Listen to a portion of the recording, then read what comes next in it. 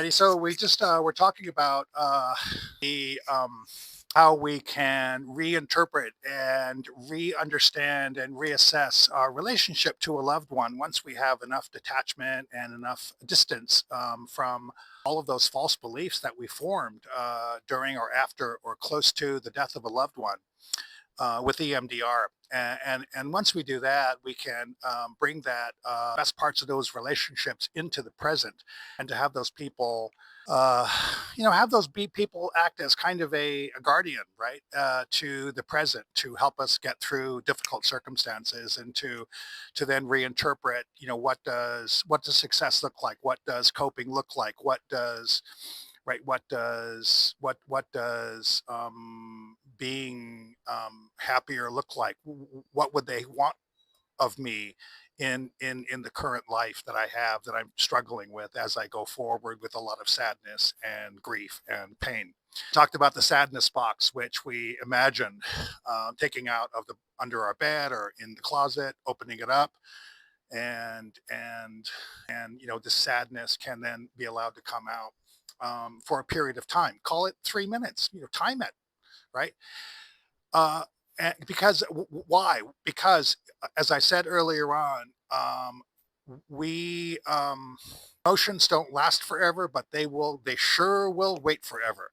And the more we allow our emotions to wait, the more we are sitting on our emotions. And the word that we use when we're sitting on something is we are depressing it. And depression is exactly the symptom of allowing emotions to sit around and not be given attention. Our emotions demand attention. This is one of these fundamental basic realities of life. And when I work with people with drug and alcohol addiction treatment, this is the intersection of EMDR and addiction treatment. EMDR allows access to the past of what beliefs formed during the moment of pain, of hearing the death of a loved one, being with a loved one when they die, and then to get some distance from that to allow us to see that there is a reality that is tolerable. Because what are we doing when we're drinking or using? We are trying to escape a reality in front of us that is unacceptable. That is the essence of addiction. Addiction is what's in front of me of unacceptable, so I'm going to escape from it by going to a different place with alcohol, pot, cocaine, crack, heroin, right? I want to go to a different reality because the one in front of me is unacceptable. And we're all of it is trying to get to a level of acceptability and being okay with the present, and reinterpreting the past, and especially the death of a loved one, in a way that allows us to feel acceptance and tolerance of the present moment. That is what we are all trying to do. One of the things that's really helpful in understanding this, when we are trying to figure out what is happening to me, and what about the present moment do I find so unacceptable, right? And I think the answer to that can often be told to us by our bodies, because I am absolutely convinced that all of this pain, it lives in our bodies. It lives in that space between the brain and the bottom of the spine, which is the vagus nerve, which cuts through our throat to our heart, and into our gut. And this is where so much of the stress, the pain, the hurt goes to. And I think it's really helpful to be able to understand and to listen to the signals in our body to help us get a better sense of accuracy about just what is going on. And I have found this to be 100% accurate with my clients when they do EMDR. And that is to say, before we start, to say, look at how is everything. We're not just checking in with our mind and our emotional state. We're checking in with our bodies, and we're saying to ourselves, where does our body hurt? And so recently, I had a client who just said, I feel like I have headaches all the time. And I said, wow, okay, well, headaches in a stressed out state of mind where there's something going on, in this case, it was a family issue, is a feeling of loss of control. And he said, "Boy, that's right on the money. I just feel like I'm not in control of my reality, of my circumstances." And so that's where we want to begin to drill down, right? This is a sense of X marks the spot. So oftentimes when people feel that heaviness in their chest, that is the anxiety, and we want to figure out what is the source of that anxiety. For me, the source of the anxiety is almost all the time a sense of feeling trapped. What are you feeling trapped about? The hurt and the sadness oftentimes is felt in the heart area. In the lower back, when people have lower back pain, oftentimes you can get a sense that there's a lot of anger there. I believe strongly that the gut is where we put our fear. Our fear is in our gut, and that's when we say we have that gut instinct about something, and so that's important. For me, which has been very common, I wish somebody would have told me this when I was younger. When I was having these, a lot of difficulty with understanding my family of origin, I would often feel like I got my throat was stuck. That I was couldn't breathe. And that throat pressure on the throat is often due to a sense of panic. Shoulders, that's where we feel a sense of being overwhelmed. And then lastly, in the jaws, we feel that stress in the jaws. And so these are just examples where we can get a lot of clarity, a lot of understanding about what's happening, and a confirmation of the way that we feel, by asking about various parts of the body. Where is the pain exhibiting itself? Where is this sense of loss exhibiting itself? Right, and that will give us a great deal of help in terms of where should we be digging? Right, X marks the spot. Right, where is X? Right, and I think this is a really good way. Even if someone says, as often is the case, I feel very lost. I don't know what's happening. I'm starting this EMDR process. Please tell me where we need to go. And I think the best way is to create a map. And the map is very often found effectively in looking at which parts of the body can be the most affected by a certain type of emotion. And so if we look at, in the case of this,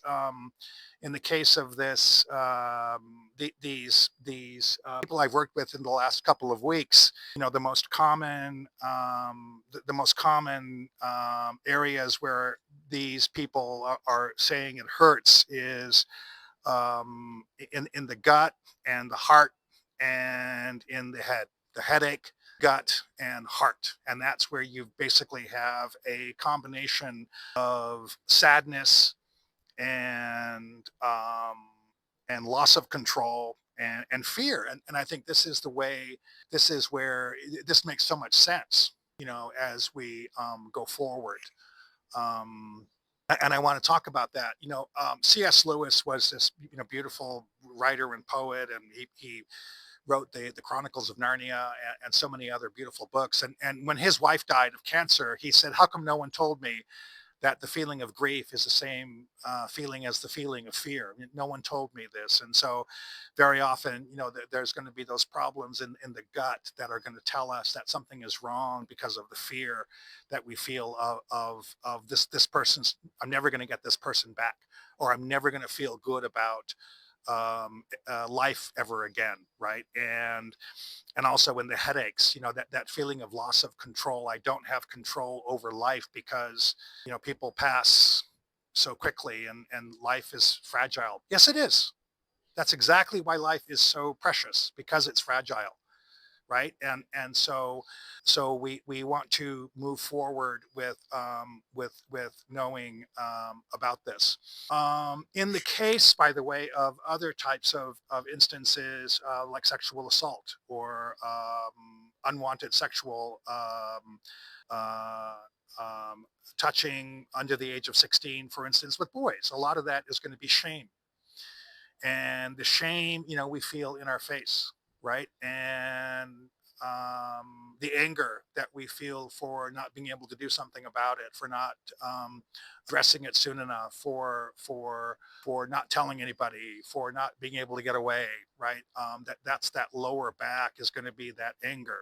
And so the lower back and the headache are going to be present for the people who might be victims of sexual assault. But in the case of the death of a loved one, it's going to be that sense of sadness and loss of control and fear that we are going to feel the most.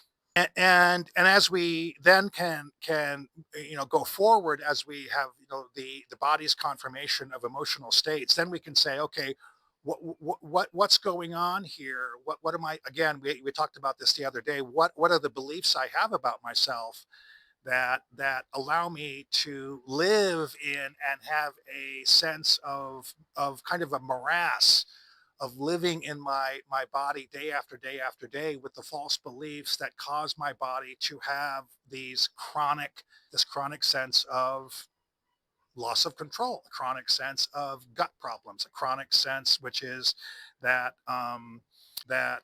fear, or a chronic sense of anxiety, right? And the longer these things live in our bodies, the more they cause serious problems. Um, and so relieving ourselves of these false beliefs is a really important way to get freedom of thinking as we jettison these false beliefs, and we can infuse ourselves with the EMDR, with our own thoughts, our own words, in a completely conscious state about what is actually the case with the passing of a loved one. That this loved one did in fact love me. That in fact I did everything I could. That in fact um, we had a very close relationship, and also that there are things that I can bring with me into the present that can serve me well as I go forward and try to cope better. And this is what the right side, left side bilateral stimulation does. It integrates what is happening in the body to what is happening in the mind with the beliefs that we form during highly intense emotional states of trauma. And that is pretty much the essence of EMDR. It is a fusion of what is happening with our bodies into a sense of connecting emotions with thoughts.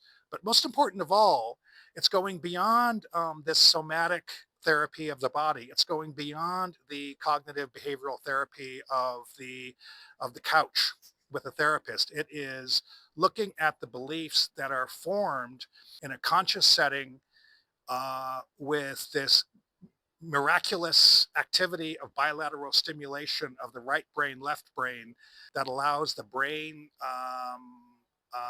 and the body to connect to these belief systems, and then in a remarkable way to understand that these beliefs may no longer be appropriate, may look and may have been false all along. And that is what happens in, I promise you, in probably 90% of the cases. Wait a minute, that belief structure I formed at the time of the trauma wasn't accurate. It wasn't right, or it was extreme, or it was inappropriate, or it was formed at a time when I didn't have enough information. It was formed at a time when I was very immature, when I was very young. And now that I'm an older person capable of taking care of himself or herself, I can readjust these beliefs and take these dead people, the memory of the dead people, forward into my life, and to use these people in ways that they would have loved for me to have used the memory to cope, to have strength, to act better, to have courage, to succeed, right, to endure. And this is a marvelous outcome of EMDR that I have found. I tried for 2 years with talk therapy and got nowhere. These are outcomes that I have done with my own self, and I've done with other people. And that's what I wanted to talk about today, is to basically look at where the body is, where our emotions are sitting in our body, looking at these past events, tying these events to our body, figuring out what belief structures were created at a time of coercion, feeling trapped, being young, being immature, not having enough information, and connecting it to the present, to get a better understanding of where I stand, knowing that those things were not my fault. I did the best I could. Um, these people were, in fact, very close to me. These people would want me to succeed and to be happy and to thrive. And therefore, I can bring the best part of these memories into the present in ways that were impossible before. So that's it for today. And I'll be back on Friday with more good stuff. Happy day.